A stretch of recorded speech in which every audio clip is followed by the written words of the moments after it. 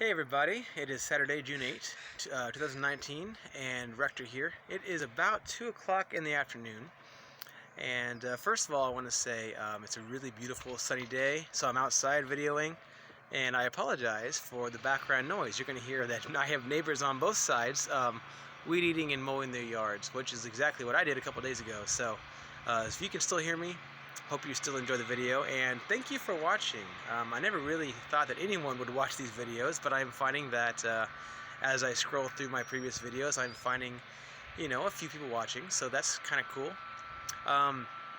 Part of this spiritual journey, in my opinion, is learning to see everything as a gift. Every single moment is a gift. Everything you experience is a gift. It helps you to grow. So I received a special gift today. When I woke up this morning, I saw that someone actually commented on one of my videos, and that's a first. So I want to address the comment. The person said, "You are not breatharian because you do not live on air only, or you cannot live on air only." Now, there are lots of ways to look at this comment. First of all, thank you for watching and thank you for commenting, because to me it opens up discussion. I love discussions. I love discussing these kind of things. And to me it wasn't an insult, and it wasn't negative, and it wasn't judgmental, so that's great. We can talk about it, and no negativity involved. So there are two ways that I could interpret it. I could interpret it, number one, that they're calling me out. Hey, you can't say you're breatharian because you do still drink liquids you might eat once in a while.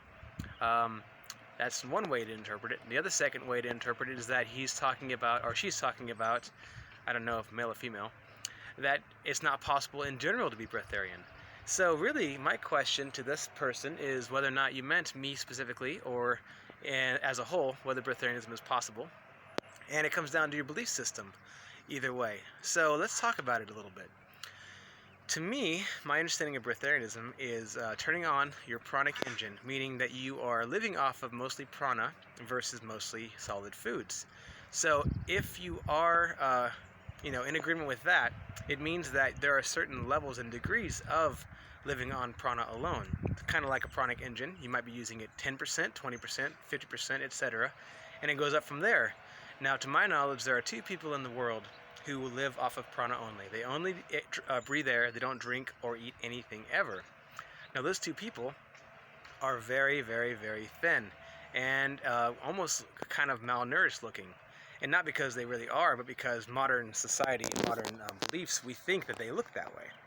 Now, I personally understand and believe in my own heart that if you want to have a large physical body, then you have to consume once in a while. Now, that could be a self-limiting concept in itself, and maybe one day I'll transcend those beliefs. But for now, I still want to work out all the time. I still want to grow in certain ways. I want to grow my traps. I want to grow my deltoids. I want to grow my pecs. I want to have nice abs, but I want to have a lean body and large muscles. So I still work out, and I try to minimize my calorie intake so I can benefit from the great things that happen when you fast, including weight loss and cell rejuvenation and DNA rejuvenation and all this great stuff. But essentially, yes, right now I do drink juice a lot and I drink water a lot.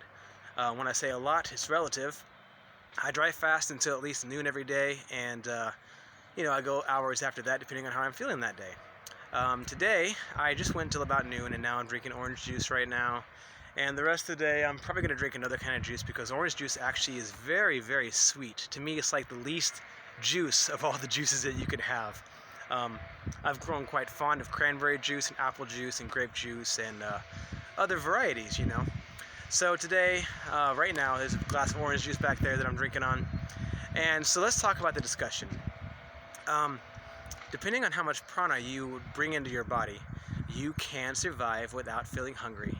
And you may not believe that, but I encourage you to try. Try to do the Camille and Akai 8-day breatharian challenge, or the Rayma or 10-day breatharian challenge, just to see if you can convert yourself to prana, and see for yourself. I personally love the challenge. I love the change in how I feel. I love how I'm not hungry very often, and really I have cravings. I still crave all the things that I used to love, like beer and pizza and fried chicken, and I'm not going to talk about veganism and morals and all that stuff, because that's not the point. The point is that I still have cravings, but I don't have traditional hunger like I used to. Um, I still love the sensation of eating and chewing. It's an amazing sensation. Like, imagine yourself eating a nice burrito with a flour tortilla. That sensation is hard to forget about once you have enjoyed it. It's amazing. Chewing on a nice thick piece of pizza. I mean, that's awesome, right? So I do allow myself to do that once in a while.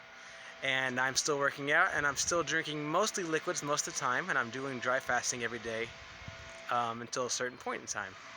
Now, one day, I may decide to move beyond that and stop eating solid foods, stop drinking as much juice, and maybe just do water fasting for a long time, and even go without water. But again, it's not really fasting if you are trying to bring light into your body, to activate your light body with prana. You are nourishing your entire being and becoming more connected to Source. So I think it's great, but I understand the comment and I appreciate it. So please bring more comments, more questions.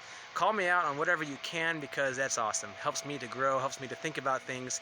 And of course the ego loves that. My human existence, left-sided brain, I've always been a thinker. That's why I used to work in the medical field, until I realized that it was way too much left-sided thinking and not enough living in the moment, right-sided thinking. So I do love a good discussion and a good debate. I think it's wonderful.